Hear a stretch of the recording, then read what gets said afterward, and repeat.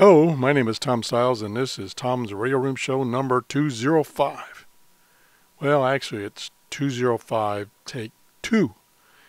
I did a recording showing a new magazine that has come out this year to basically replace the Monitoring Times magazine. And I mentioned this magazine a couple of months ago when I first heard about it.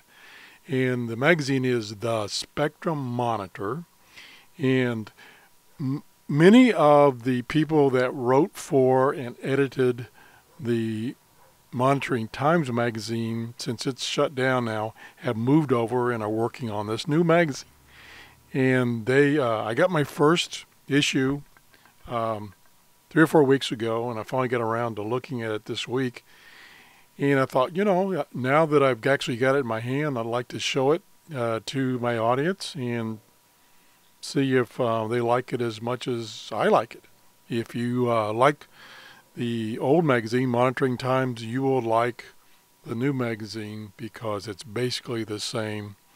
And I'm glad to see it's keeping basically Monitoring Times alive by moving the writers and editors over to this new magazine. So I did a video and I showed a couple of pages out of the magazine from my PDF. It's only available on PDF. And I thought, I better contact the people at the magazine to make sure that I'm not violating any copyrights. And my idea was I'm just, glancing through the pages and showing what kind of articles there, not really pondering on any page or any article. Well, I got an email back and they said, no, not a good idea. Probably shouldn't do that. So I decided not to do that. And but yesterday, and I wasn't here yesterday, unfortunately. Yesterday, I saw on the internet that one of the older magazines that used to compete with Monitoring Times, called Popular Computing, is now merging with the CQ magazine. And they had a little problem apparently with the last couple of issues of the old magazine. And so what they've done is they are letting everybody get copies of the last 2 issues of Popular Computing that was a magazine by itself. So anyway, I'm going to try to show you that situation right now and a little bit of other news. So here we go. Here is the new magazine, the Spectrum Monitor, that I was going to do an article on this first issue that I got a couple weeks ago, like I said. And I can't do that, so I'm just going to show you their webpage once again and just give you my overall perspective of the new magazine. Like I say, I do like it. It does have similar articles by the same writers that was in the Monitoring Times. So I think it's going to be a good magazine, and here's where you can go and get a subscription. So anyway, that's all I'm going to say about that. Now, here is another website that is a awesome website if you're into basically radio listening. It says, SWL, and so that describes shortwave listening, but it's really about any kind of listening in radios and da-da-da. So anyway, January 11th, there was a post about the magazine I was just talking about. Well, not just talking about, but the one I was talking about a few minutes ago. Are you confused now? Okay. I've been successful. I've confused both myself and you.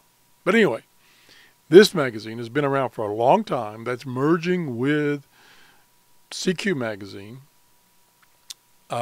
is giving away basically their last 2 issues of their independent standalone magazine, Popular Computing. And so you can go to their website now, and I'll click on this. This is the article about it.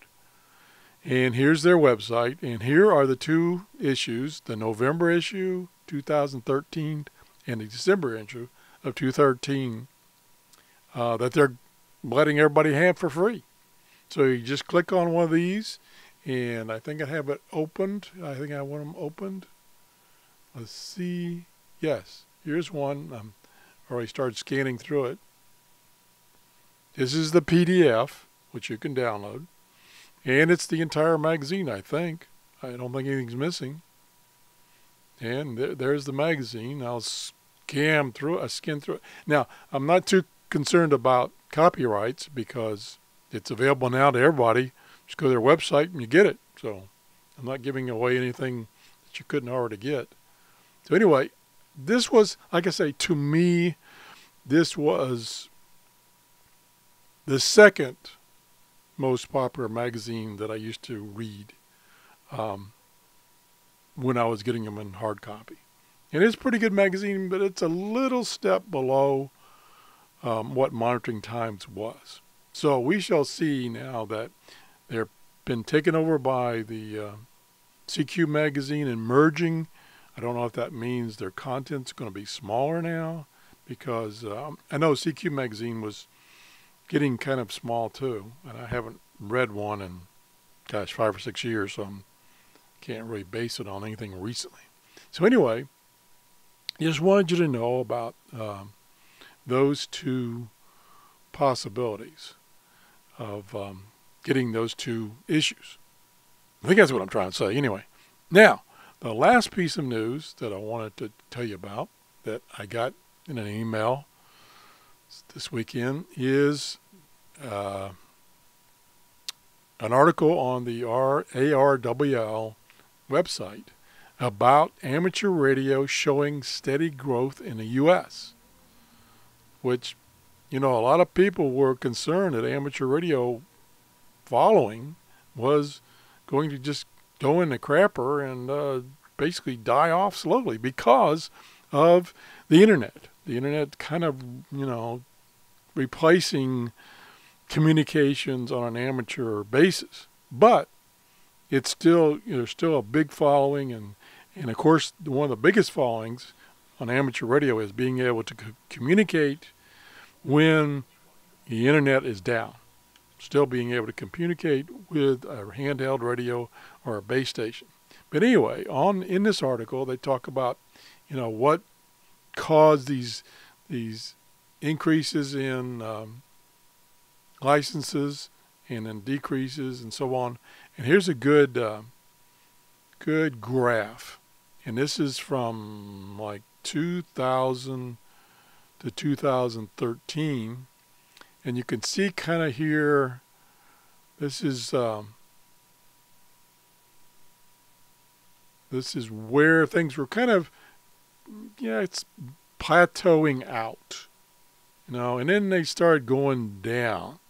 And I guess this maybe is when the internet became very popular and people just kind of got away from amateur radio. And you can see that in this shortened version, now of course this doesn't show the whole time span, just shows a certain time span. They peaked at about 690,000, and then they went down to like 6,500, and then they slowly started coming up. And I believe in the 2007 and that time frame is when they took the code requirements. You had to be able to pass a code test, Morse code test. I think that's when it became more universal that you could get a license in all the classes without code, even the higher classes where you can work more frequencies. So it kind of sparked it, started going back up. I'm not sure what was the extreme change here. Look at this. This thing really jumped. And now look at the slope on this. And this is the number of total licenses, both, you know, ones that exist and new ones, total count.